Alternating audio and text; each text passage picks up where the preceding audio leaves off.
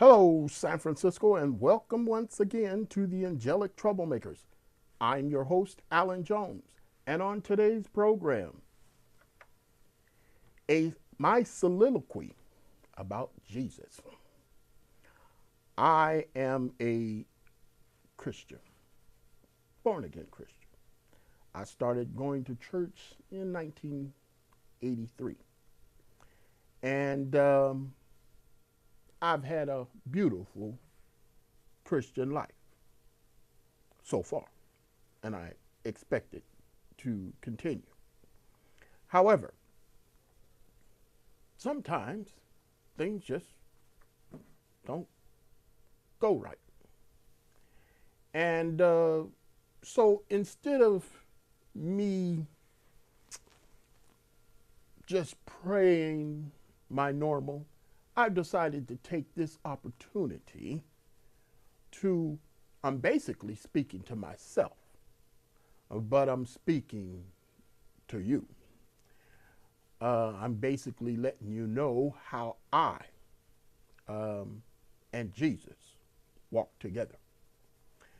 And the fact is, things are not going well for me.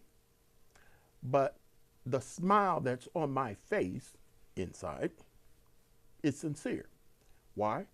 Because I trust in Jesus. Now, as the angelic troublemakers, my belief that change can happen socially without all the violence and all the other stuff that's connected with today's protests. Well, in doing what I believe is a better way, I've had some ups and some downs. The word vicissitudes, things have just made unexpected turns in my life. And right now, it's in a very challenging state. But I can only remember about all of the great things that God has done for me to bring me to this day. And so, though things are not working well for me, I've got a positive attitude that is no fluff and it's not no put on, it's not nothing phony, it's sincere.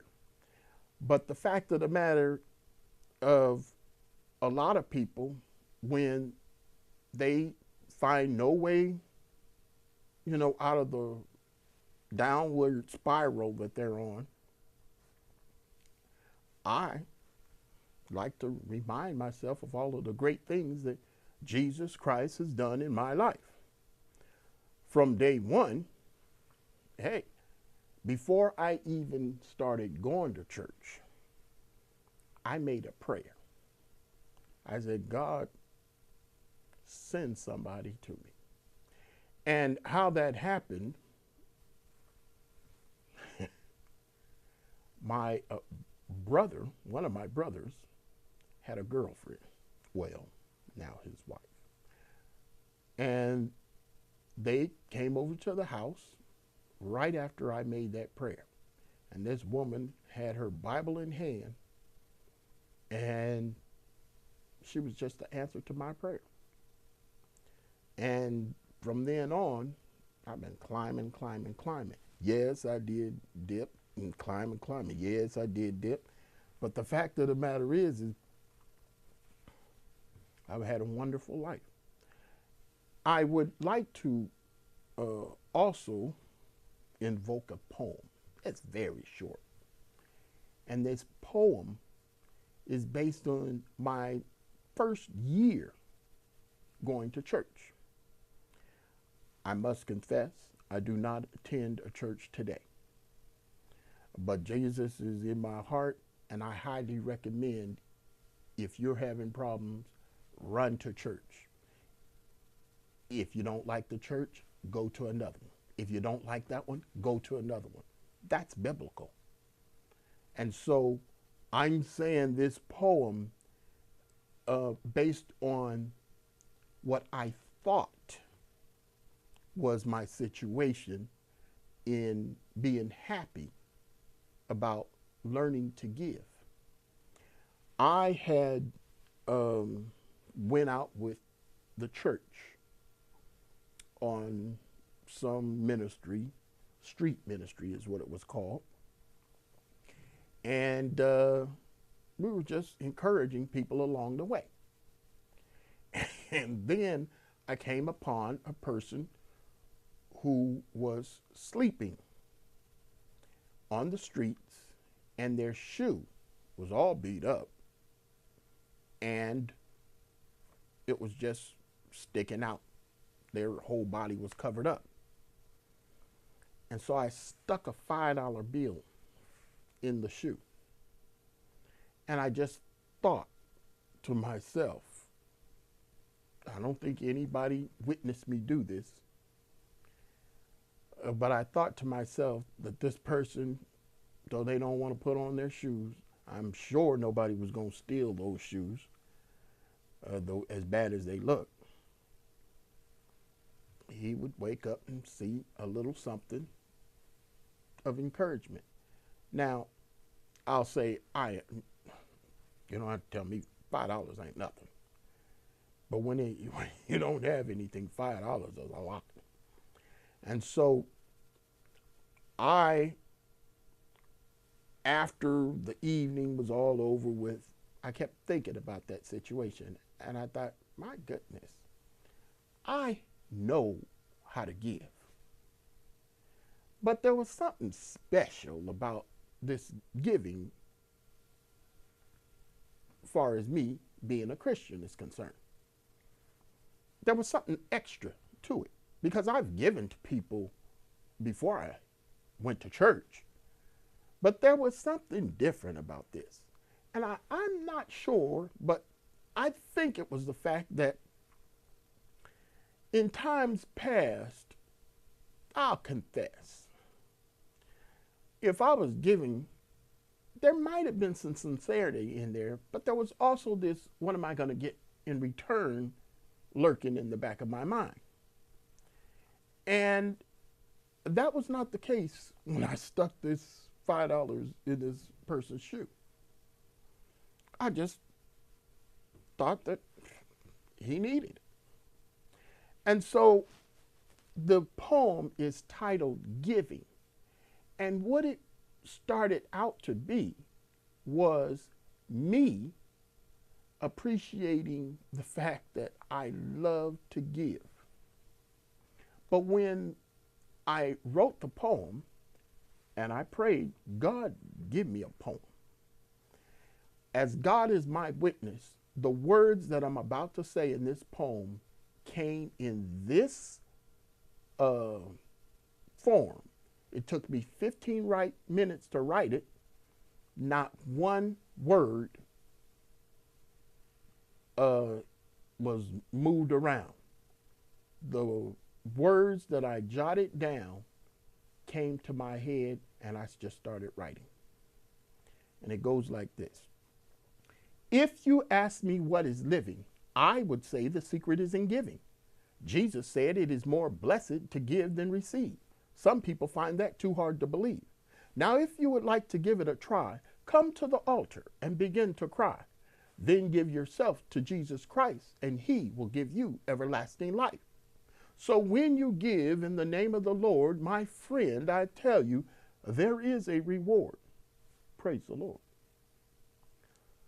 Now, when I started to read back the poem, it wasn't about me giving, as you can tell.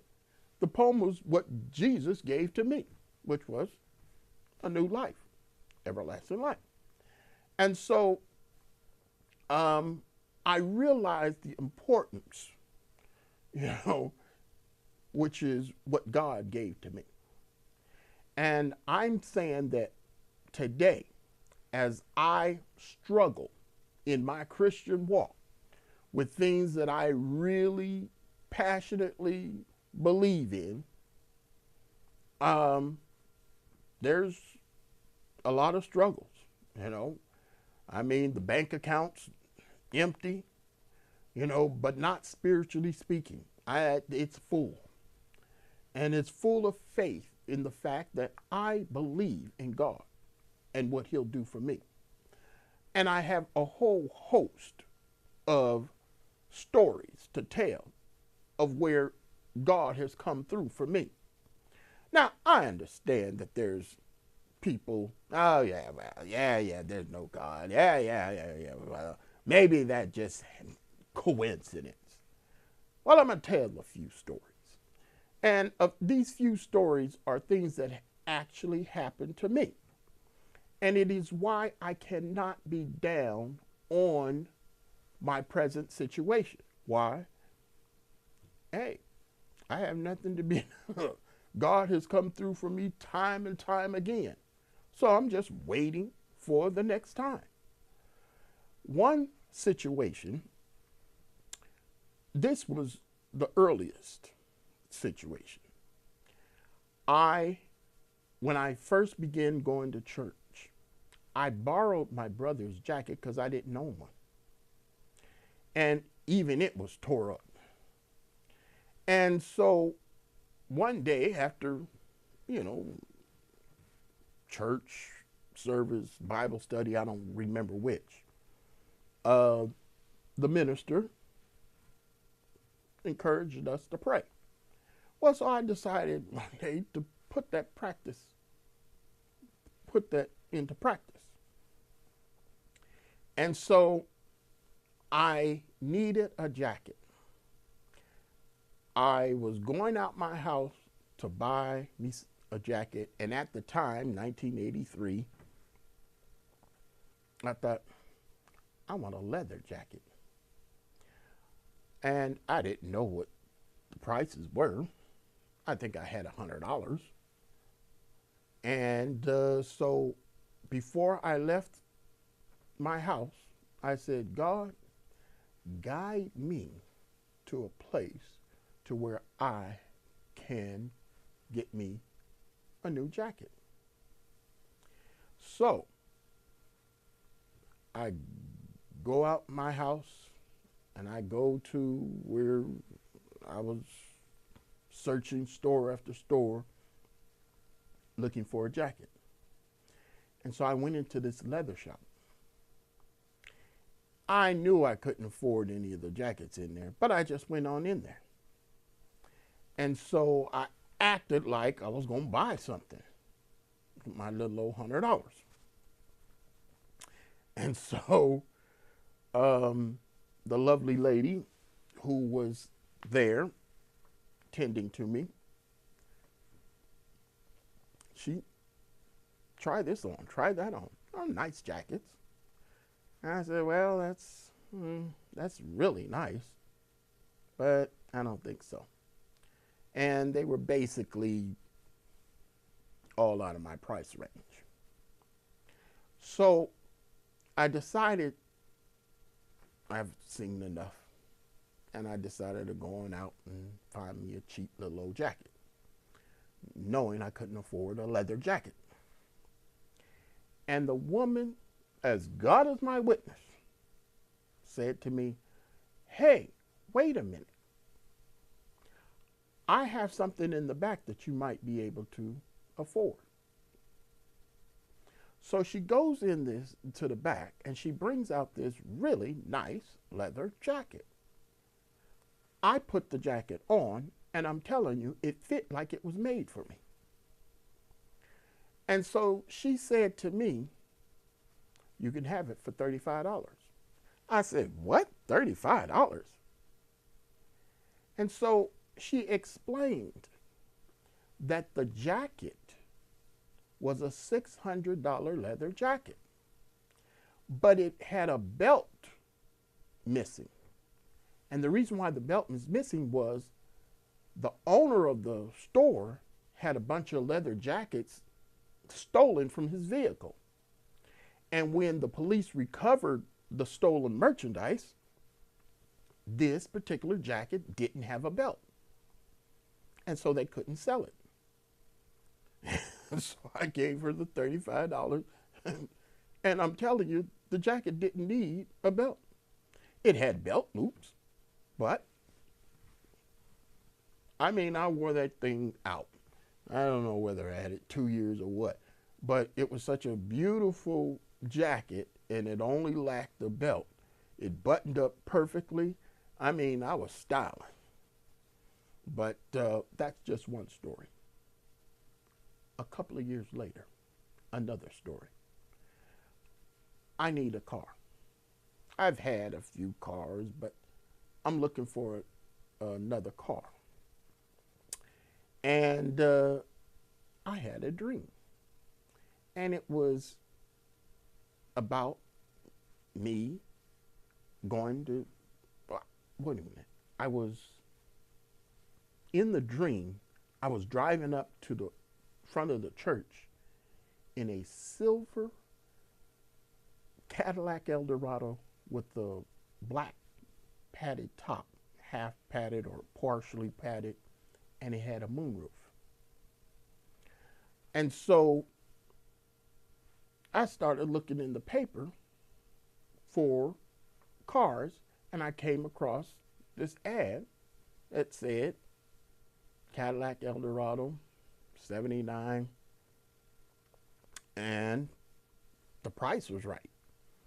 So a friend of mine and I went over to San Mateo where the car was 3 days later. And I saw the car. Now this is 3 days later. Never seen the car before in my life. And I told the guy, and I shouted, "That's the car I saw in my dream." Now I don't know how I can see a car in my dream 3 days before I actually am in front of this car. It was the same silver color, the same black partially padded top, and it had a moonroof. And I said, this is my car. And so everything worked out, and the car was mine. And the fact that God has always blessed me with a vehicle when I needed one. Hey, I can tell you there's been other stories of similar situations. And so for me to have an abundance of faith that God will come through for me, it don't have to be materially, as far as clothes or cars and stuff like that. He's going to come through for me on other things. One of the very first prayers that I recall was after a Sunday Bible school lesson. The title of the lesson was, "What Can You Do for God?" And so somebody was giving me a ride home. So I'm sitting in a van, and I whispered after the service, "Lord, what can I do for you?" No one heard. I was the only one in the van, and the window, though it was rolled down, there was nobody in earshot. So one of the ministers was walking by the van, and he tapped me on the shoulder.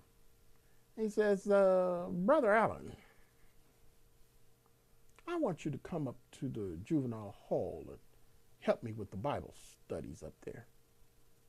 Well, now, I'm a new Christian. I don't know anything about the Bible. And the fact that I recall just whispering, "What can I do for you, Lord?" less than 30 seconds prior, I began to think. And so I decided to go on and do it, knowing I knew absolutely nothing about the Bible. And so I sat in there, Bible study lesson at the juvenile hall, and was basically in training for a few months. And that lasted 10 years. I know that God wanted me to do just that. Now, after that, there's other things that have gone on in my life, but I'm telling you, when it comes to me thinking about giving up, quitting, or woe is me and things just aren't working, hey, I have too much memories of what God has already done for me to where even if I did fall, I'm bouncing back up because I'm basically on a Tempur-Pedic mattress when it comes to uh, being down. I'm gonna bounce back up. I mean, when I do fall, it's not a hard fall. Things have happened that just didn't work out. But I'm telling you, it has never been a hard fall. God has been so merciful to me, and I know that he'll do the same for anyone, just as long as you trust him. There's one thing that God knows about me, and that is I trust God. God knows that I've always believed that there was God, and though I didn't start going to church till I was 26, the fact that for me, it just doesn't make any sense that there isn't a God. When you think of the fact that we all have, well, most of us have eyesight, hearing, a mouth to speak. I tell people that if God gave you ears, he has ears. If God gave you a mouth, he has a mouth. You speak to him, he'll listen, and when he speaks to you, will you listen? Your heart. What use do you have of blood if it's not pumping through you? And what use is blood if you don't have a heart to pump it? Your kidneys, your lungs, your liver, all of the things that we just think came together to make human beings is ridiculous to me. There's a scripture in the Bible that says, a fool says in his heart, there is no God. Well, I'm saying that for you who do not believe that there is a God who will help you, no matter what situation you're in, I'm saying just begin a conversation, because you may not understand it, but God's ears are always open, and he's always open to sincerity. If he don't answer you right then, it's not that he didn't hear you. He is looking for some sincerity on your part. Let me put it to you this way. Let's say you're watching the Super Bowl and your team is down by 2 points going into the final seconds of the game, and you're in position, your team, to kick a winning field goal. Excuse me in my watery eye situation. Genetics. And then in the next room, your child is screaming, "Daddy, Daddy," or "Mommy, Mommy." Whatever it is, you hear that their cry is not just a whiny, "Come here and help me." They really need you. Are you going to sit there and wait until after the kick? I hope not. Well, God's not sitting there waiting until after the kick either. If God hears that you're serious, he's going to run to your help, to help you. That's what he did for me. And I've heard many times where he's done it, to millions and billions of people over the extent of life. God is looking for your seriousness. And when he detects it, he'll come running. Now, we can't be just whining. And I know one person who sadly said to me they were losing their wife to cancer. And they didn't believe in God. And so the person said, well, I told God, if he saves my wife, then I'll believe in him. That's a tough one. I'm not saying don't pray that prayer, but I would not. I would be more willing to make a prayer of, God,